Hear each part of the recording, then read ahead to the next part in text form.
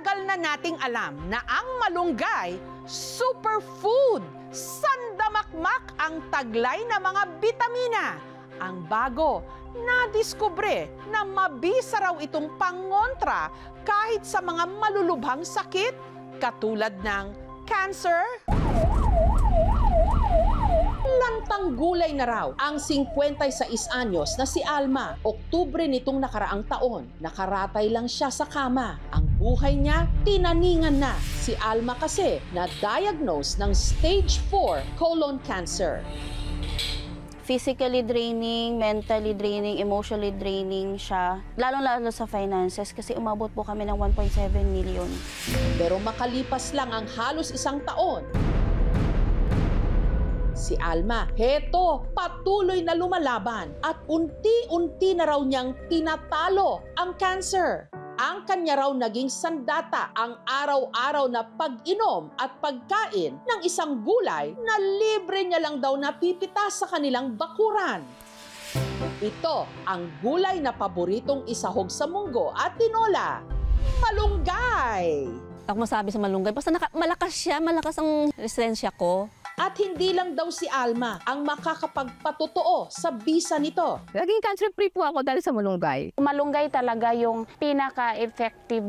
Alam na nating napakasustansya talaga ng malunggay. Pero gaano katotoong mabisa rin itong pangontra kahit pa sa cancer?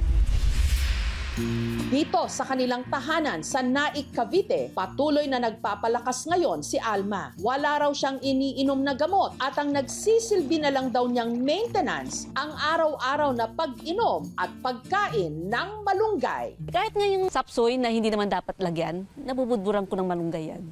3 beses sa isang araw rin siya kung uminom ng malunggay tea o yung homemade na pinakuluang dahon ng malunggay. Ang mga malunggay ni na Alma, libre lang daw na pinipitas ng kanyang anak na si Christine sa bakuran ng kanyang hipag.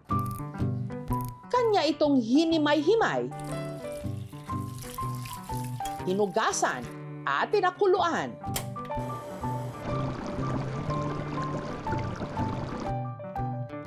Medyo mapait. Tinitis ko ng lahat ng pait kasi yun ang maganda sa katawan.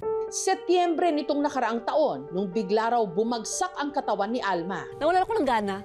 Unti-unti ako nangangayayat. Suka lang ng suka. Sabi ko, naktalin mo na ako sa ospital. Sabi ko, ganun sa kanya. Hanggang sa nalaman niya na maliban sa kanyang diabetes, meron na pala siyang stage 4 colon cancer. Kitang-kita ko talaga sa ultrasound. Maliit pa sa butas ng lapis, yung dadaanan na lang ng pagkain ko. Nakatakip na yung mga bukol-bukol. Na-diagnose din siya ng 7 iba pang mga sakit. Pati baga ko, naapektuhan na. Pati pantog, tinapyas na. Si Alma na confined sa ospital sa loob ng mahigit 2 buwan.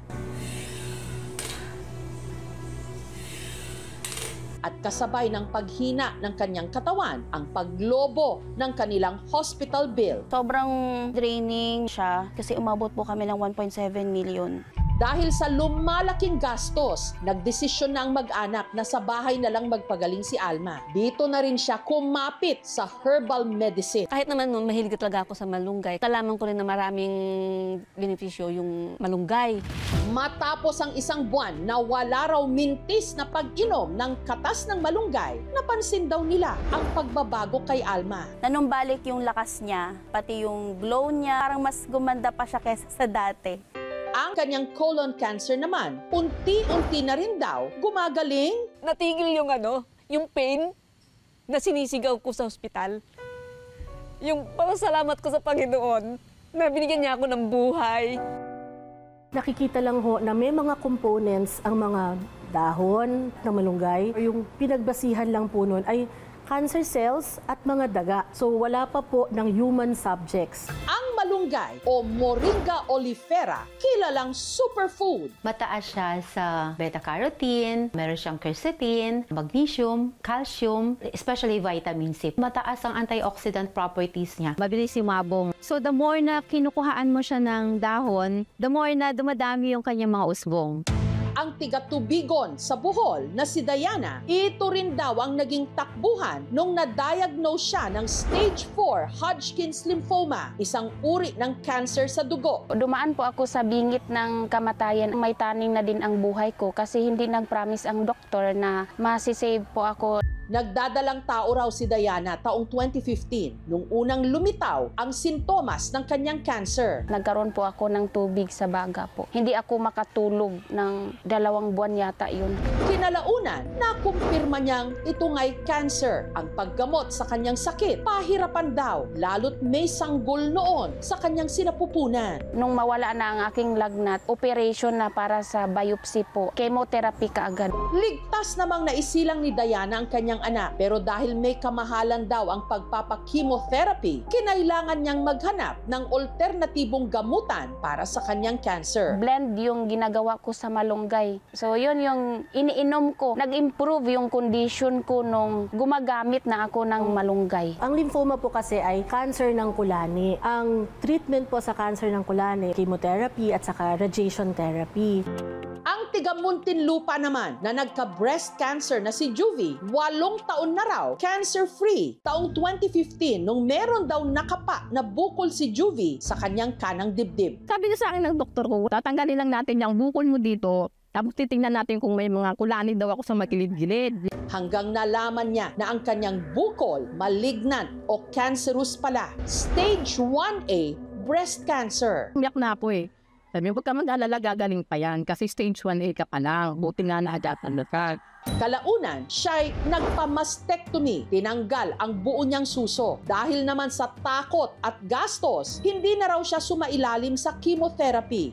Pero nabuhayan daw siya ng loob nung nalaman niya na ang kanyang pinsan gumaling di umano sa cancer kahit hindi nagpa-chemo. Uminom at kumain lang daw ito ng malunggay, kaya ginaya niya ito. Kinakatas ko yung katas doon kasi isang kutsara, 3 times a day yun. Iiluwin mo siya, ganon. Mula raw nung gawin ito ni Juvie, malaki ang kanyang ipinagbago. Walang Diyos. 9-year survivor na ako ngayon. O, di ba? Talagang naniniwala ako sa malunggay. Kasi gulat sa pool yan, talagang tumulong sa akin. Naging cancer-free po ako dahil sa malunggay.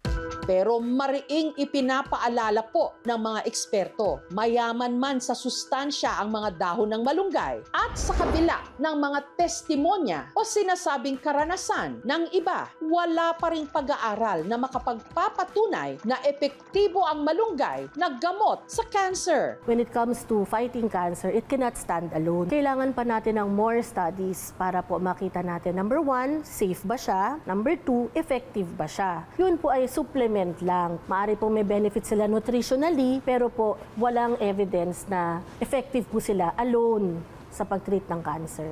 Bagamat mayroong mga pag-aaral na ang malunggay talaga ay nakakatulong, punta po kayo sa doktor. Tingnan niyo po kung ano yung pwedeng maitulong.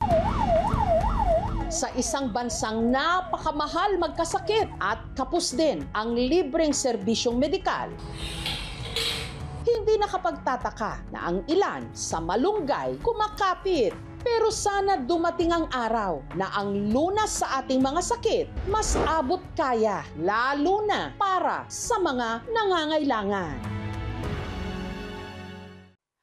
Thank you for watching, mga kapuso. Kung nagustuhan niyo po ang videong ito, subscribe na sa GMA Public Affairs YouTube channel. And don't forget to hit the bell button for our latest updates.